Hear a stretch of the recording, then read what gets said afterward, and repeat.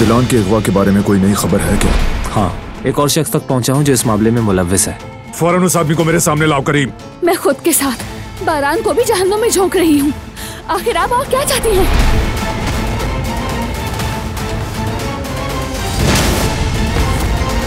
बारान भाई ने मुझे भेजा है, वो आपसे बात करना चाहते हैं। बात करना चाहते हैं तो खुद आना चाहिए उन्हें। आप साथ चलेंगी मेरे, अभी इसी वक्त। हम जा रहे हैं, तैयार हो जाओ। कहाँ जा रहे हैं? जो कहा है वो करो।